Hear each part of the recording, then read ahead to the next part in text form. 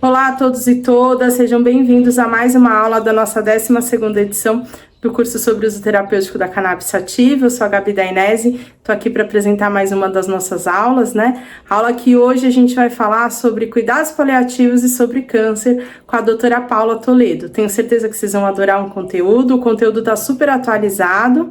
E aí, aqueles recadinhos de sempre. Não esquece de curtir, comentar, compartilhar em outras redes. É importante para que a gente possa alcançar o maior número de pessoas. Se inscreve aqui no YouTube. Isso é um trabalho militante. A gente não impulsiona, né, os conteúdos. E aí, dessa forma, eles acabam sendo distribuídos a mais gente. Nossa ideia é sempre democratizar o acesso à informação, quebrar os preconceitos e poder, com informação de qualidade, chegar a mais pessoas para a gente derrubar aí tudo isso que acaba criminalizando a nossa planta. Então, tenham todos uma ótima semana. A gente se vê na próxima quinta-feira com mais uma aula.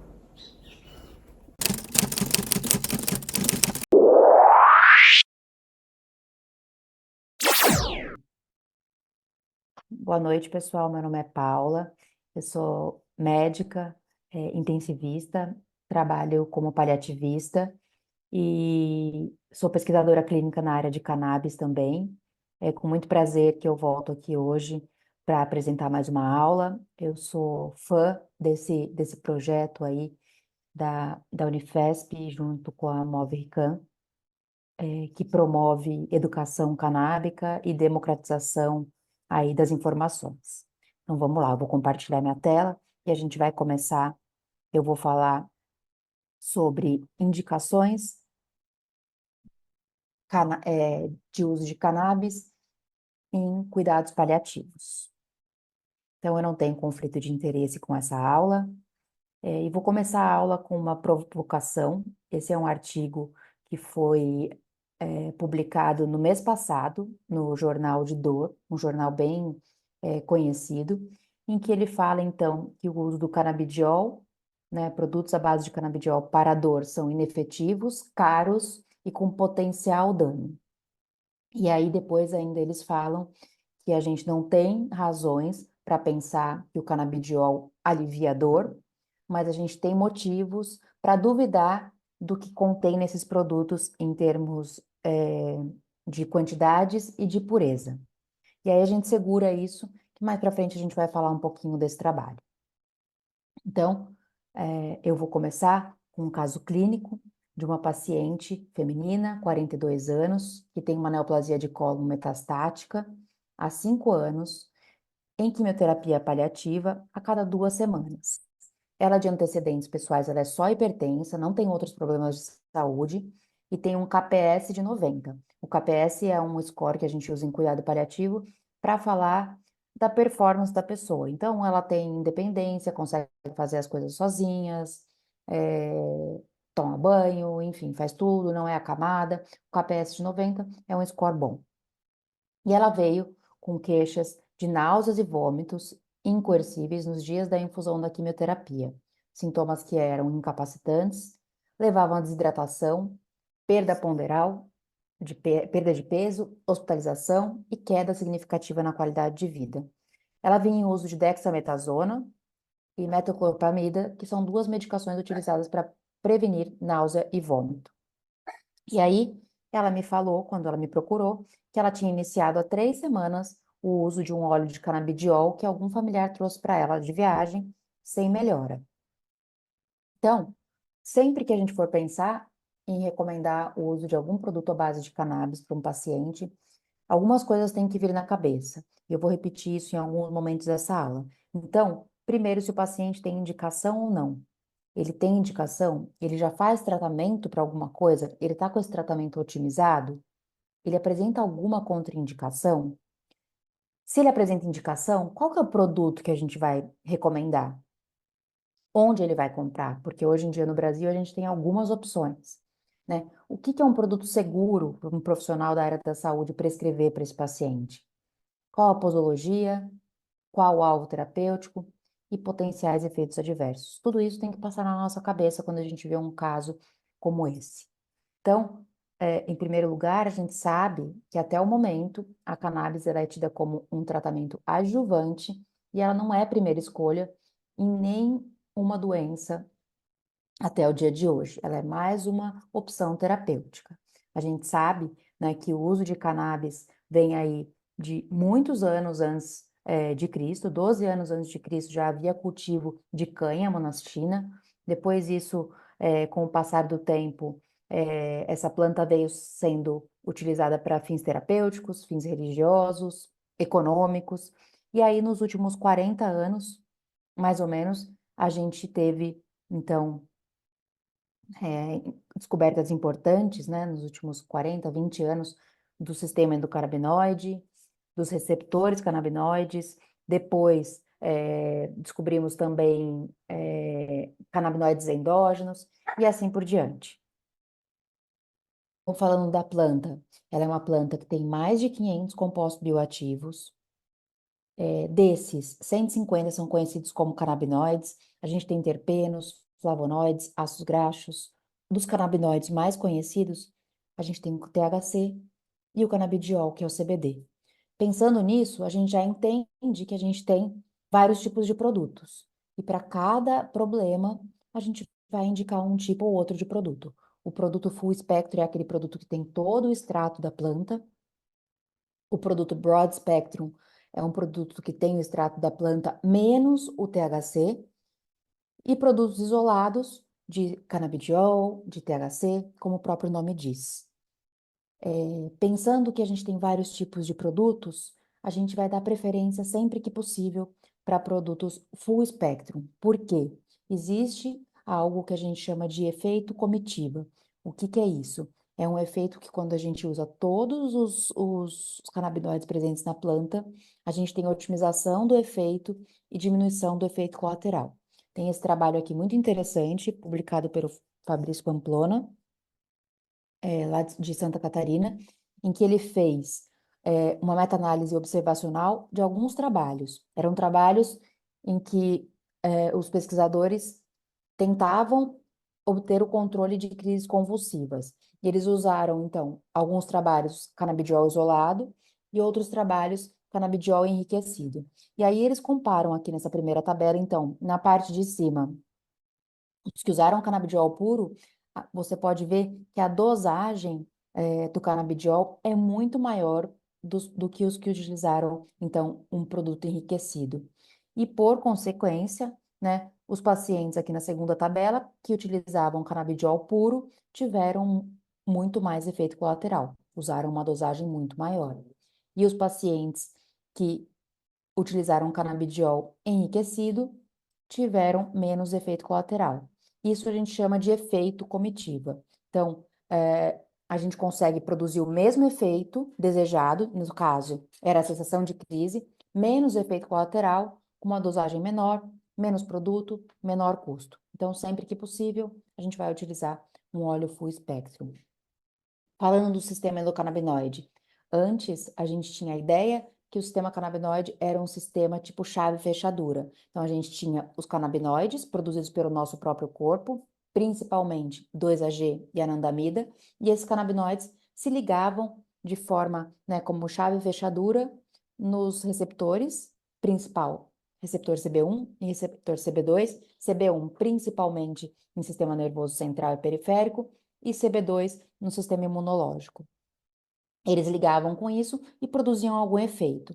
Hoje em dia, a gente já sabe que esse sistema, ele é extremamente complexo, que tem sobreposição de várias vias, de vários processos metabólicos, e que a gente tem vários receptores, e por isso a gente chama hoje, então, o sistema endocannabinoide de um sistema endocannabinoide expandido ou endocannabinoidoma. Aqui é numa outra figura, em que a gente vê, então, aqui em cima, ou endocannabinoides, ou seja, os canabinoides produzidos pelo nosso próprio corpo, 2-AG e anandamida, são os principais. Canabinoides derivados de plantas, então, THC e canabidiol são os mais conhecidos, ou canabinoides sintéticos. Eles vão, então, interagir com receptores, aqui receptores do tipo CB1 e CB2, receptores ligados à proteína G, transmembrana, e aí eles vão, assim, deflagrar uma série de processos que vão, por fim, modificar metabolismo celular, modificar a estabilidade neural, vão alterar liberação de neurotransmissores, atividade enzimática, transcrição gênica. E tudo isso vai depender da célula que a gente está falando aqui, então, onde estão esses receptores, do sistema de transdução que ele é ativado e do comportamento do canabinoide em relação ao receptor, que pode ser diferente. Então, por exemplo, nessa tabela, a gente consegue ver que o THC, por exemplo, quando está em contato com receptores CB1 e CB2, ele atua como um agonista parcial. O canabidiol, por sua vez, ele tem uma possível até atividade de antagonista com receptor de CB1 e CB2, e ele vai agir via indireta por outros receptores, e assim sucessivamente. Então, o comportamento dos canabinoides ele vai se alterar de acordo com o receptor que ele liga, podendo ser de forma inibitória, de forma excitatória, e assim por diante. Então, entrando agora mais na nossa aula, fiz uma breve revisão anteriormente, quem que são os pacientes que vão procurar o consultório de cuidados paliativos querendo fazer uso de cannabis? São pacientes que buscam reduzir, então, a polifarmácia ou diminuir efeitos colaterais com várias medicações que eles fazem uso, pacientes que buscam tratamentos mais naturais, pacientes que têm sintomas não controlados com as medicações habituais, pacientes que tiveram experiências positivas com o uso de cannabis previamente, e pacientes encaminhados de outros profissionais que muitas vezes não prescrevem produtos à base de cannabis. Antes, então, de recomendar qualquer tipo de produto, a gente tem que avaliar algumas coisas, então, como contexto da doença, né? É uma doença que está fazendo um tratamento com finalidade curativa, finalidade paliativa, né? O paciente que momento que ele está dessa doença, dá tempo de eu prescrever algum tipo de produto para ele? O produto vai chegar antes desse paciente falecer? Ele tem alguma disfunção orgânica, por exemplo, uma disfunção hepática, uma disfunção cardíaca, algum efeito colateral que a gente pode apresentar, por exemplo, com o THC, delírio, isso pode ser pior para esse paciente? Existem objetivos de cuidados determinados, as metas são factíveis, o paciente tem algum histórico de adição ou uso prévio da cannabis, com uma experiência ruim, histórico de transtornos psiquiátricos graves, tem alguma interação medicamentosa que a gente tem que pensar, né? Um paciente que usa anticonvulsivante, paciente que usa antifúngico, paciente que usa anticoagulante, paciente que está em uso de imunoterapia por conta de uma doença oncológica. Então, tudo isso tem que passar pela nossa cabeça e a gente tem que discutir com o paciente para ver se de fato cabe a gente prescrever esse tipo de produto ou não. Então, pensando em tudo isso, onde então que a gente pode auxiliar esses pacientes? Em muitos cenários. Então, eu trouxe vários cenários aqui, a gente vai conversar um pouquinho sobre a maioria deles. E eu vou trazer alguns casos para vocês também, para ficar uma coisa mais prática. Então, outra coisa que a gente precisa pensar se a gente vai prescrever, se o paciente tem indicação, qual o produto que a gente vai prescrever? Um isolado, um full spectrum ou um broad spectrum? Ele tem alguma contraindicação, né? Seja por alguma doença que ele tem, alguma medicação que ele toma. É uma coisa importante a gente avaliar. Qual que é a concentração desse produto?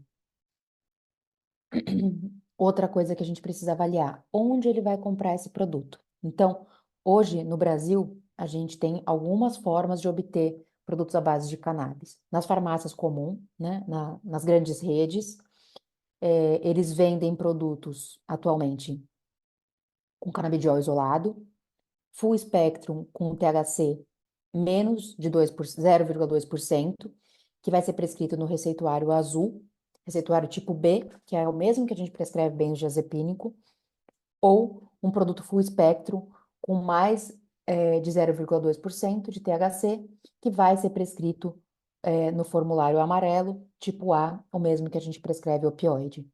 Da mesma forma que o spray oral, que é uma solução 1 para 1 de canabidiol e THC, que vende na farmácia, vai ser prescrito na receita amarela. Outra forma de conseguir, através das importações.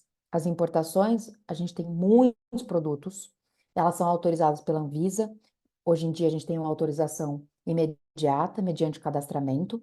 Elas são reguladas, então, pela RDC 660.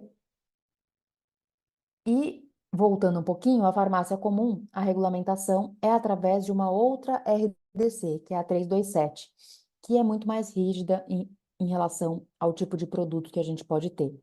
Por isso que a gente só pode ter esses produtos que eu mencionei anteriormente. Já na importação, a gente tem produtos isolados, full spectrum, associações com canabinoides menores, tipo CBG, CBN, THCV, e várias apresentações de produtos, desde óleos, supositórios, sabonetes, soluções orais, cremes, edibles, né, que são aquelas gominhas, um monte de coisa a gente pode encontrar através da importação.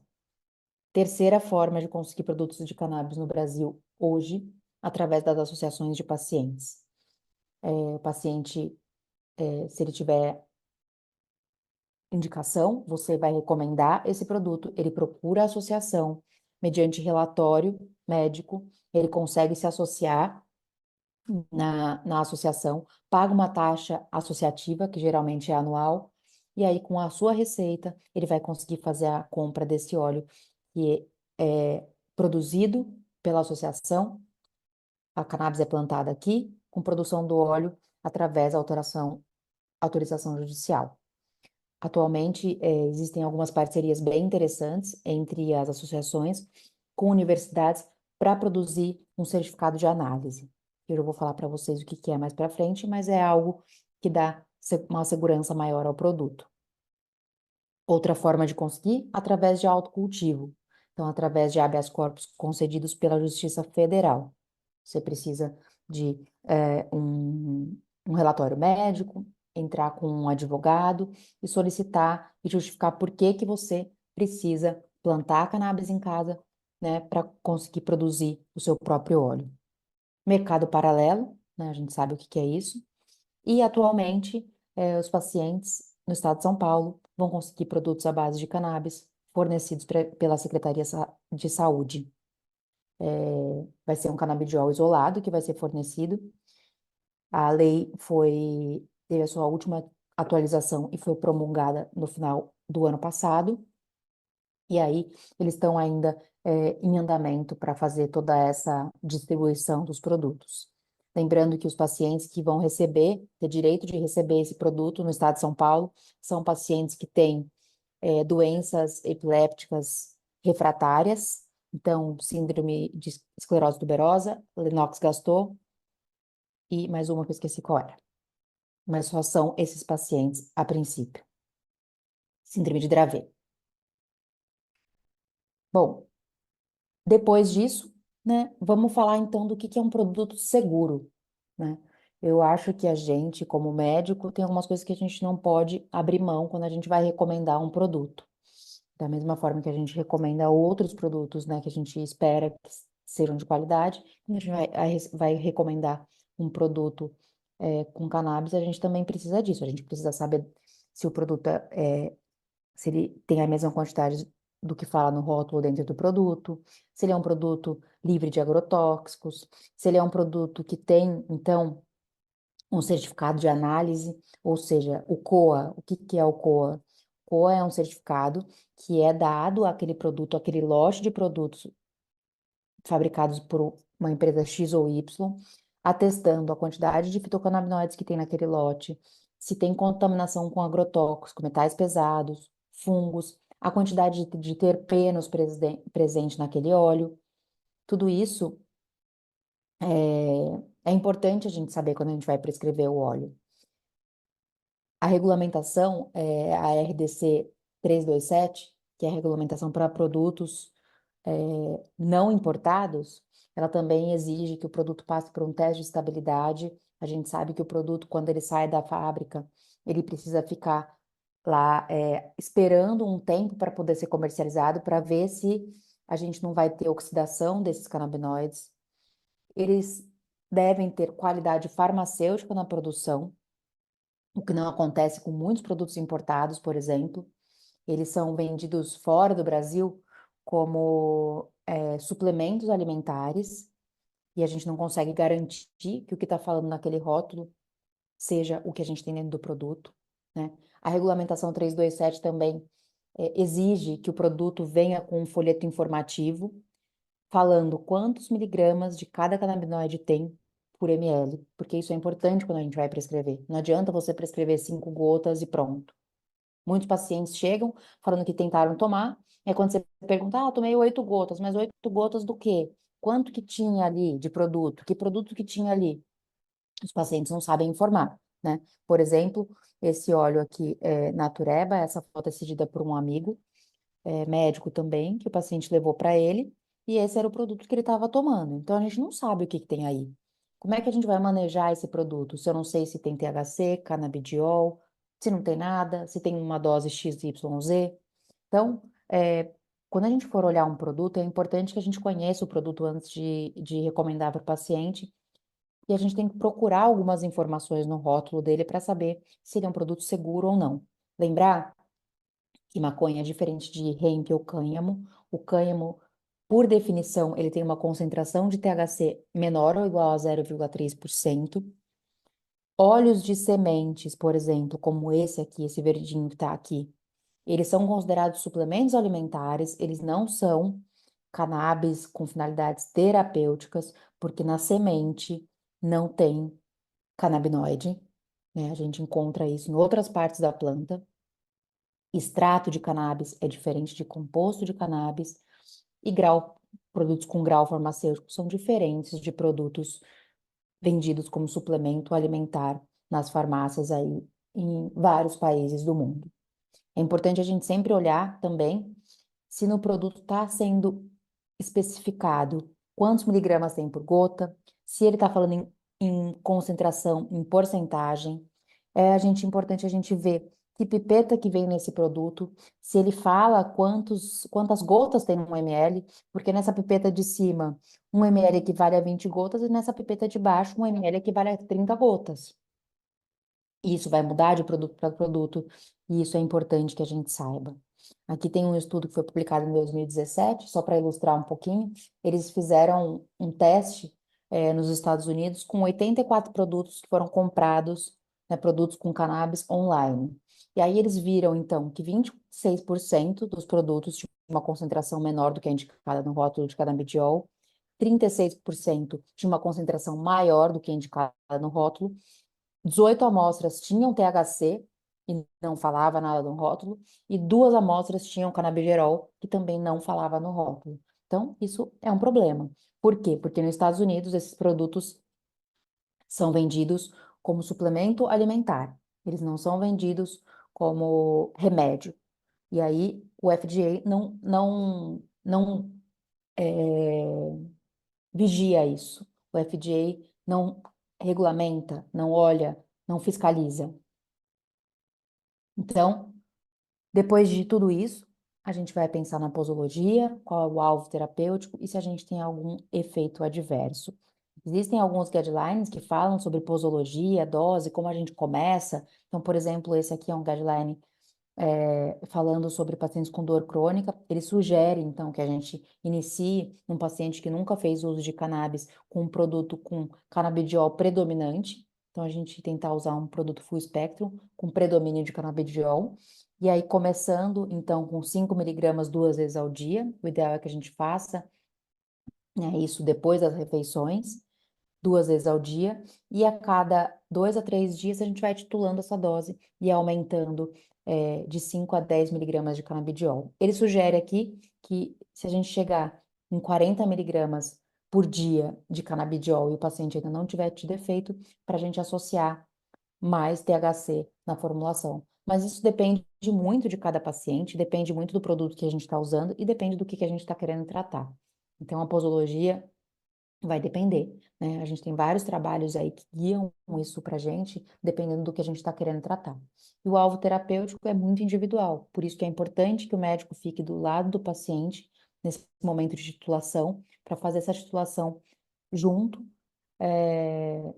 e chegar no alvo terapêutico junto, em que a gente consiga otimizar o efeito e minimizar algum efeito colateral que possa existir. Aqui a gente tem uma tabelinha, né, de efeitos colaterais em pacientes usando produtos à base de cannabis em cuidado paliativo. Você vai ver que tem um monte de efeito colateral, mas na prática, se você faz essa titulação devagar junto com o paciente, geralmente o paciente não apresenta nenhum efeito colateral. O maior efeito colateral que ele pode apresentar nos primeiros dias é sonolência, mas isso tende a diminuir.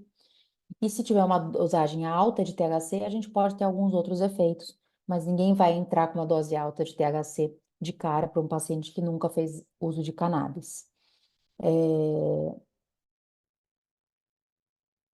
Acho que é isso. Bom, voltando para aquele caso clínico, então, de náusea e vômitos, a gente vai indicar cannabis para esse paciente? Bom, náusea e vômitos induzido por quimioterapia é um problema na oncologia. A gente sabe que as quimioterapias elas são divididas no potencial que elas têm de causar náusea e vômito. Das quimioterapias que têm um potencial alto de causar náusea e vômito, a gente sabe que com as medicações que a gente tem, com 5 classes de medicações diferentes para prevenir náusea e vômito, 50% dos pacientes não têm a náusea e vômito controlado. Então, em 2020, a gente já tinha um guideline da ASCO recomendando isso, agora ele foi atualizado e a recomendação continuou para pacientes, então, que têm náusea e vômito refratário às medidas antieméticas já utilizadas, a gente pode fazer uso, então, de um óleo, né, de um extrato 1 para 1, ou seja, um de THC e um de canabidiol. Aqui tem um outro trabalho interessante também, foi um estudo é, duplo cego, randomizado, fase 2 e 3, em que eles mostram, então eles comparam, né, o uso do THC com o CBD com placebo e a gente vê a diferença na resposta completa de náusea e vômito. Eles utilizaram nesse estudo 2,5 miligramas de THC e 2,5 miligramas de CBD do dia da infusão da quimioterapia por 5 dias. Existem alguns outros trabalhos que recomendam que a gente pode aumentar essa dose de acordo com a tolerância do paciente até uma dose de 10 miligramas diário. O efeito colateral principal, então, sedação e tontura que tendem a ser passageiros. Então, nesse caso clínico que a gente falou, aquela paciente não estava com o tratamento otimizado. Então, a primeira coisa que a gente faz é tentar otimizar o tratamento dela. E aí sim, a gente pode prescrever um óleo se ela não tiver a náusea e vômito controlado dessa forma. O que a gente vai prescrever? Então, um óleo full espectro, equilibrado, THC, CBD, 1 para 1. A gente pode prescrever um óleo ou a gente tem essa opção do spray oral.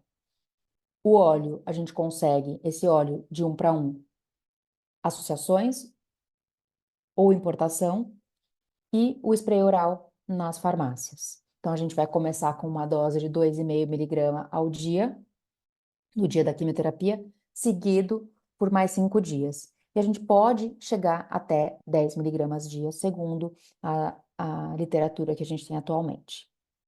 Vamos para o segundo caso. Então, um paciente do sexo masculino, de 42 anos, com dor lombar crônica, secundária a uma hérnia de disco diagnosticada há 5 anos. Ele não tinha nenhum outro problema de saúde e tinha uma funcionalidade preservada. E ele veio no meu consultório com uma queixa de ter, apesar de ter a dor controlada, Ele referia que tinha feito uso já de codeína em paracetamol e que há 2 anos ele recebeu a prescrição de uma morfina. E não vamos entrar no mérito aqui se está certo ou não isso.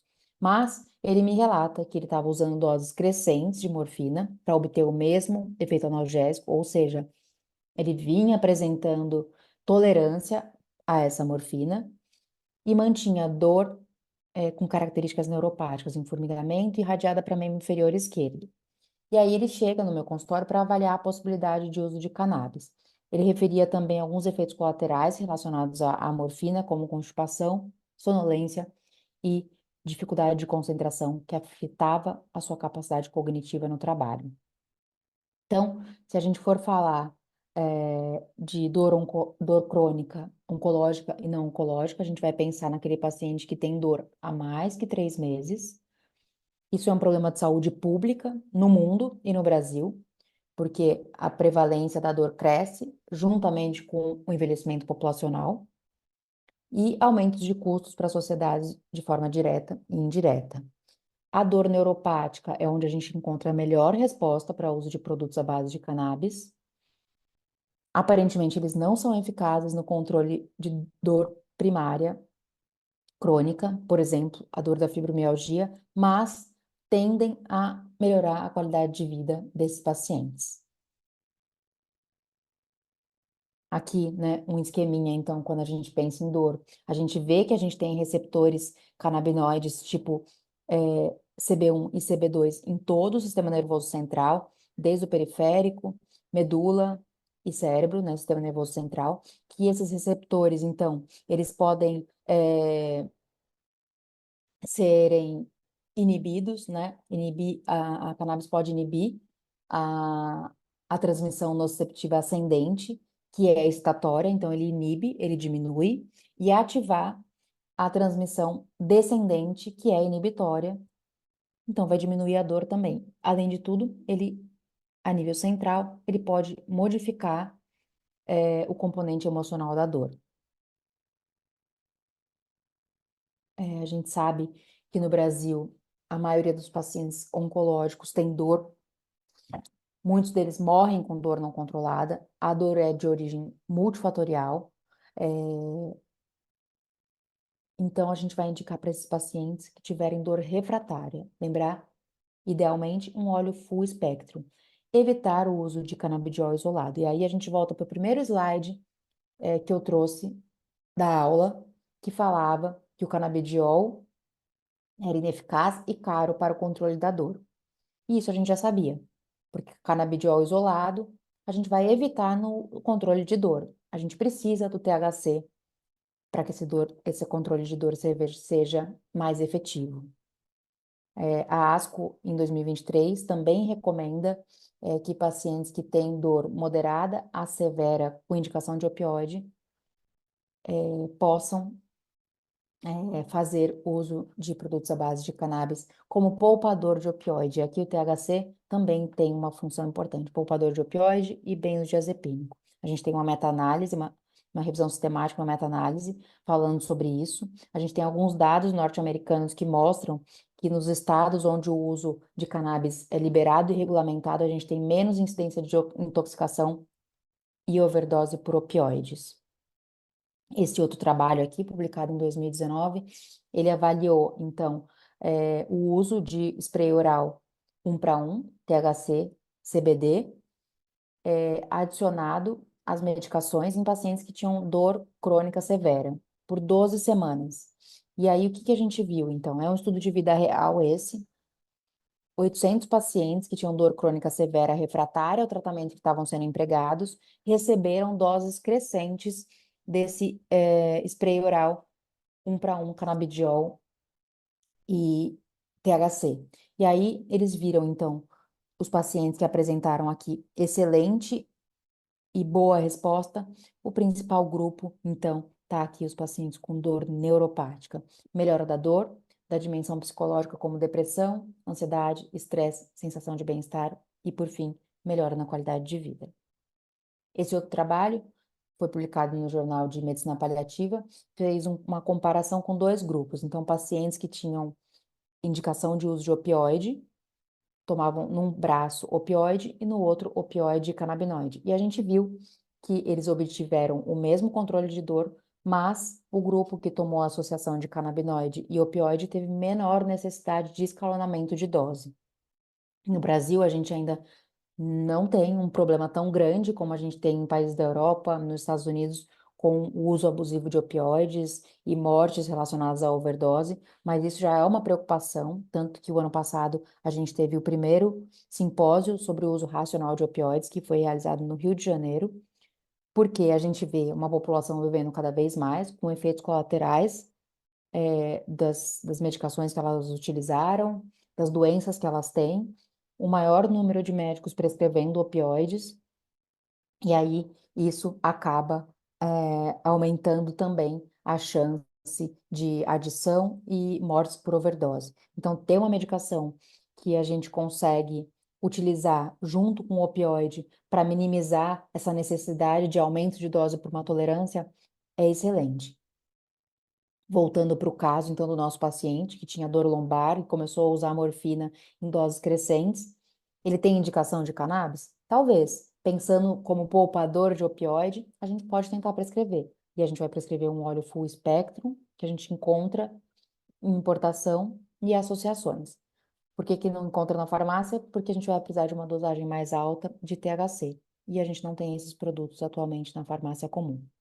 Então, aqui, né, falando sobre dor, o trabalhinho que eu mostrei lá no começo da aula, e o canabidiol isolado mesmo, a gente já sabia que ele não é efetivo no controle de dor. A gente precisa, então, aqui, de canabidiol e THC. A dose que a gente vai começar, uma dose baixa, e a gente vai titulando a cada 3 a 5 dias, junto com o paciente, pensando num alvo de chegar de 5 a 10 miligramas de THC por dia e mais ou menos 100 miligramas de canabidiol por dia. A evolução desse paciente, no primeiro mês ele tinha uma boa gestão da dor, com redução da necessidade do uso de morfina, tinha reduzido em 30% o consumo da morfina.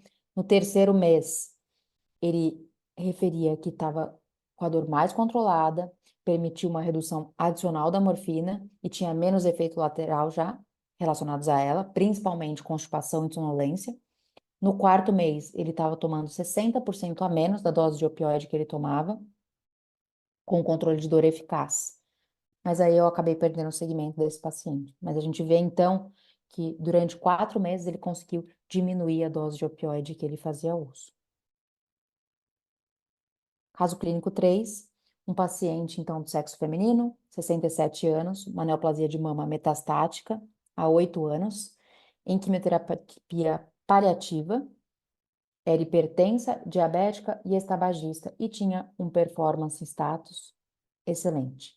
E ela vem com queixas, então, de formigamento em mãos e pés, tipo pontada e agulhada nos pés, que dificultava a deambulação, né? Dificultava ela caminhar e dificultava também o sono, uma queda importante na qualidade de vida.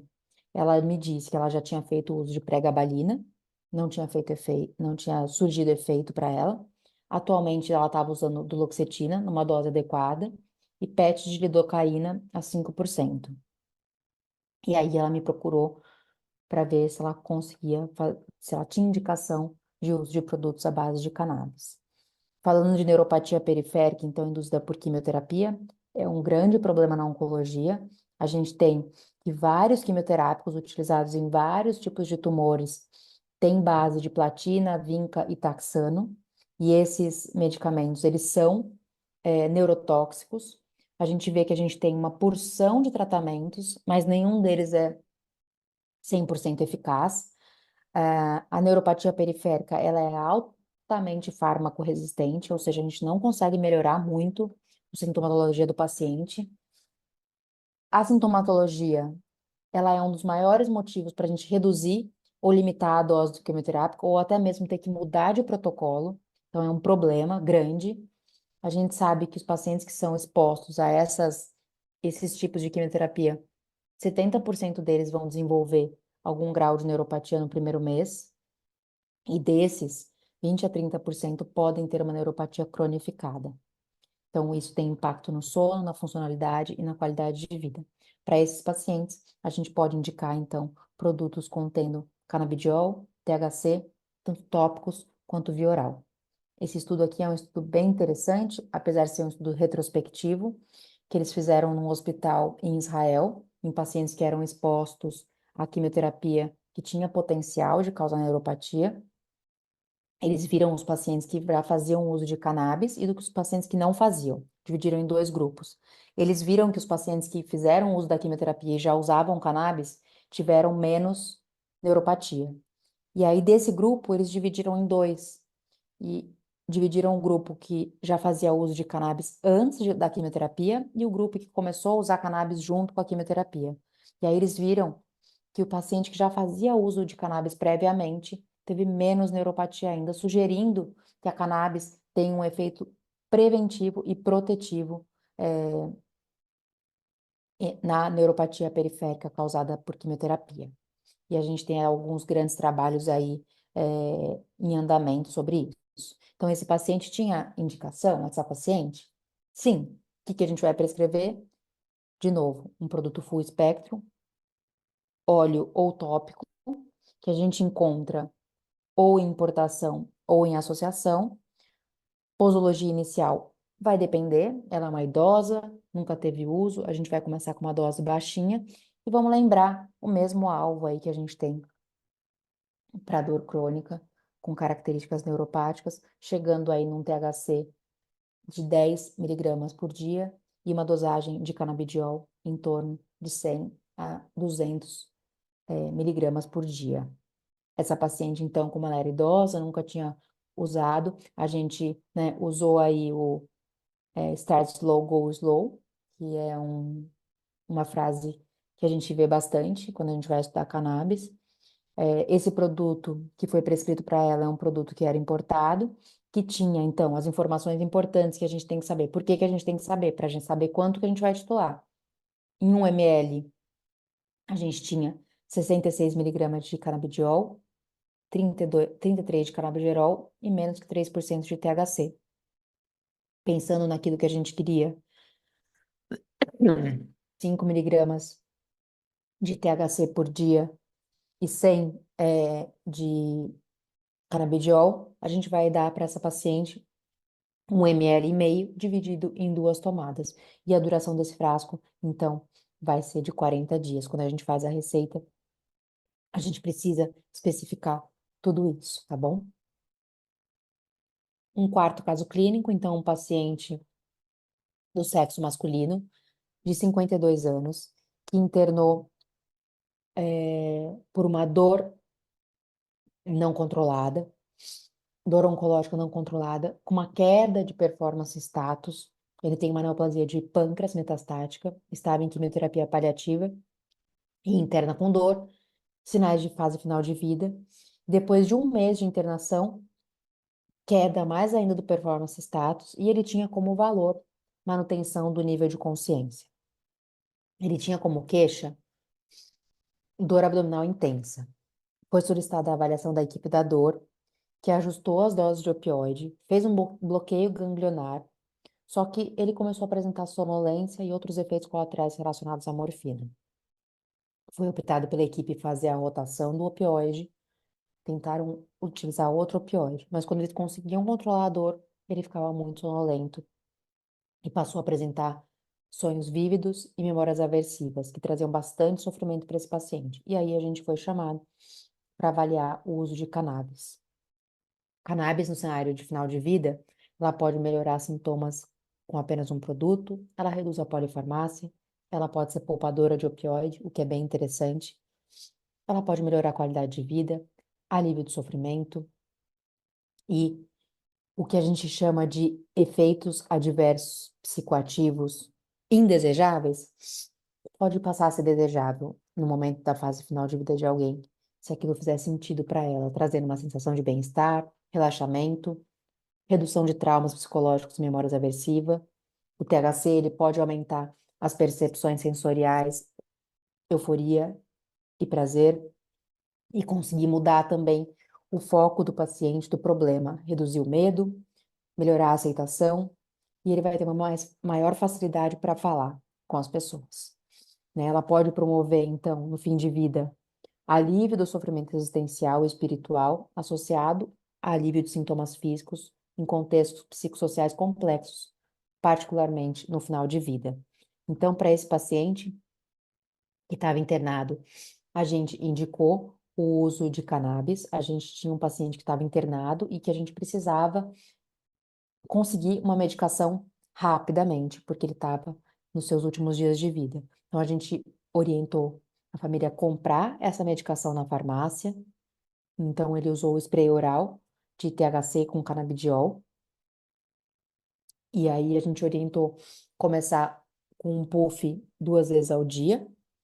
E aí, depois, a gente aumentou para 2 puffs. E ele ficou super bem.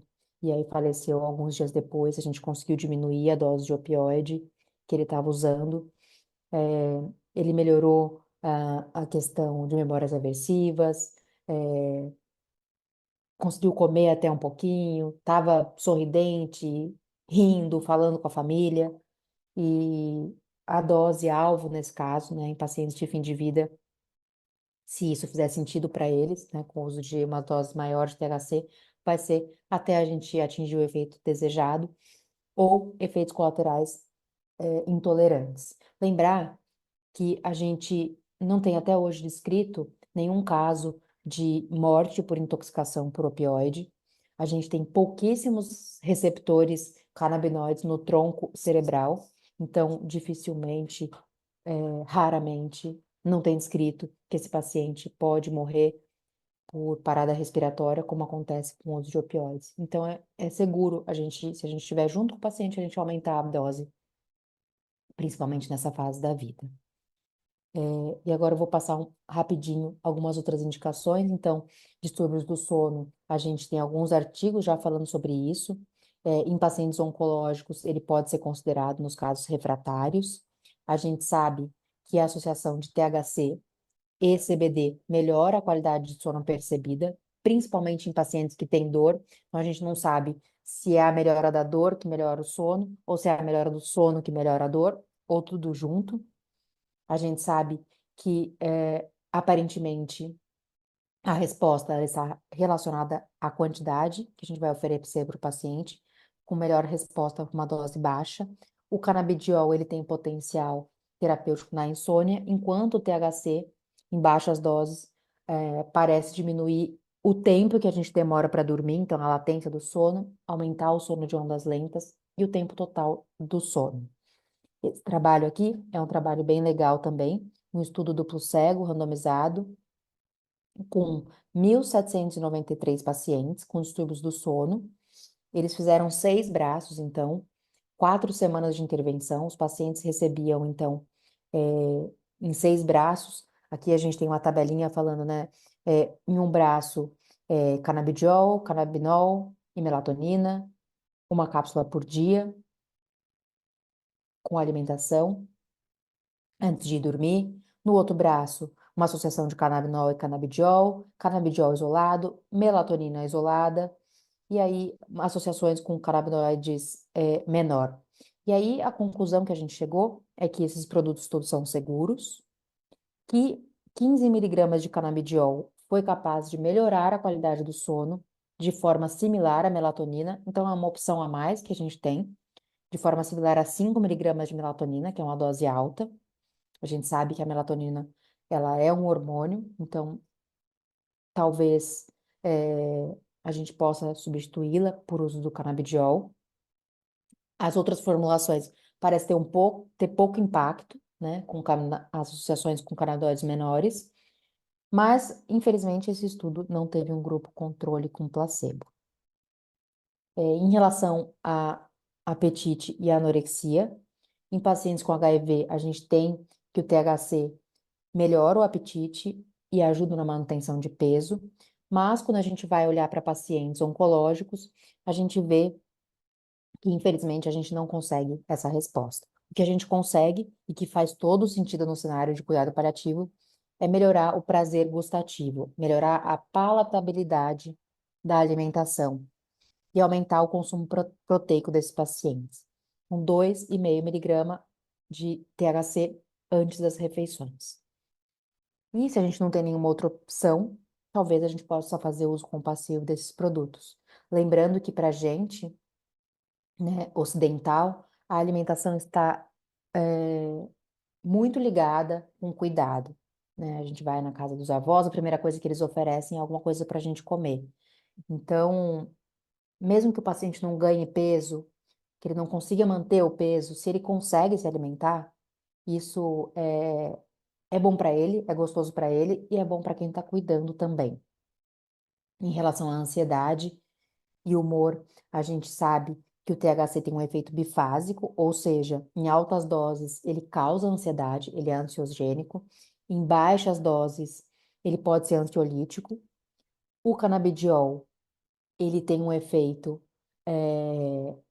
melhor com uma dose intermediária e de um invertido aqui, como mostra essa imagem, quando usado isolado. Então, ele vai ter um efeito benéfico até uma dose teto e depois ele passa a não ter mais efeito. Então, a gente tem que achar essa dose aqui onde ele tem o seu melhor efeito. A gente tem um trabalho interessante aqui também, que utilizou, então, voluntários saudáveis, colocaram esses voluntários para fazer um teste que simula uma fala em público. E isso a gente sabe que é bem estabelecido como indutor de ansiedade. E antes do teste, então, eles deram ou placebo para o paciente, ou canabidiol 150 miligramas, 300 ou 600. E aí, aqui ao lado, a gente consegue ver, então, que no momento da fala, o paciente que teve um pico de ansiedade maior foi o paciente que estava em uso do placebo, e o paciente que teve a ansiedade mais controlada foram os pacientes que fizeram uso de 150 a 300 miligramas de canabidiol. O paciente que fez uso de 600 miligramas de canabidiol já teve um pouco mais de ansiedade, provavelmente a gente já está aí na curva descendente. Fala sobre espasticidade, então, espasticidade é algo que pode acontecer sempre que a gente tiver lesão medular encefálica, em algum momento é, dessas, da evolução dessas doenças, então, pacientes com AVC, lesões medulares, esclerose múltipla, paralisia cerebral, trauma crânioencefálico, o paciente, ele apresenta, então, essa contratura muscular ligada ao imobilismo, que vão levar ao agravamento da incapacidade e limitação de desempenho de atividades diárias e qualidade de vida. Esse foi o trabalho Savant que trouxe para a gente o Sativex, que é o spray oro, oromucosa de THC e canabidiol, que melhorou então, a espasticidade, como um aditivo no tratamento de primeira linha para pacientes com esclerose múltipla, ela reduz a gravidade dessa espasticidade, melhorando a dor também. Em doenças neurodegenerativas, como o Parkinson e Alzheimer, a gente vê que a cannabis está cada vez mais assumindo um papel importante. No Parkinson, principalmente melhoras de sintomas não motores, como dor, ansiedade e qualidade do sono, tanto canabidiol quanto THC, potencial efeito benéfico do canabidiol em atenuar os tremores, mas isso ainda está em estudo. No Alzheimer, a gente sabe que o uso do THC e o canabidiol, eles podem modular o sistema endocannabinoide, inclusive na fase pré-sintomática da neurodegeneração, por diminuir a neuroinflamação, por diminuir a citotoxicidade neuronal e disfunção mitocondrial. E no tratamento sintomático também da ansiedade, agitação, psicose, insônia, anorexia.